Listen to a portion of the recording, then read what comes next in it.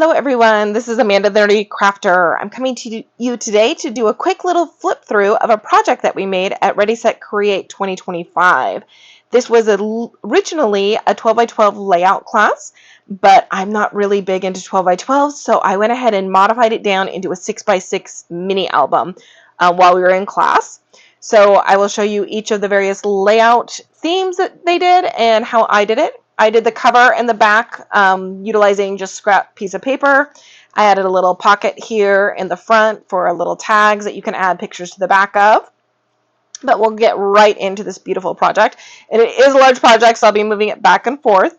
But this first section here was Layout 1. So this layout here was inspired by Layout 1, utilizing a lot of the same themes and clusters. But I did bring it down to 2 by 3 photos so that you could add more photos into here. And because we love Layle's list, a little area here for listing. Area 2 or Layout 2 is this Adventure Often, and you can kind of see the theme in the color. So this first one says Go, and then over here we have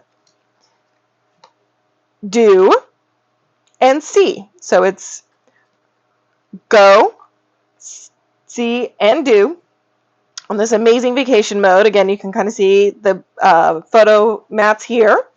And then our third layout is tucked right in here with our photo mats and a pocket that you can add additional photos on the back of.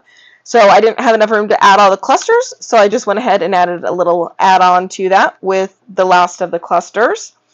The thing I love about this is it uses 6 by 6 paper, and the flaps use the other half of it, so 6 by 6 cut in half.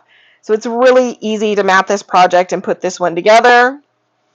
So that is my 6 by 6 mini album. I did do the same template design for another class that we had with 49 and market paper. Come watch my channel and you can see that flip through also. Thank you so much for coming, and I hope you have a great day.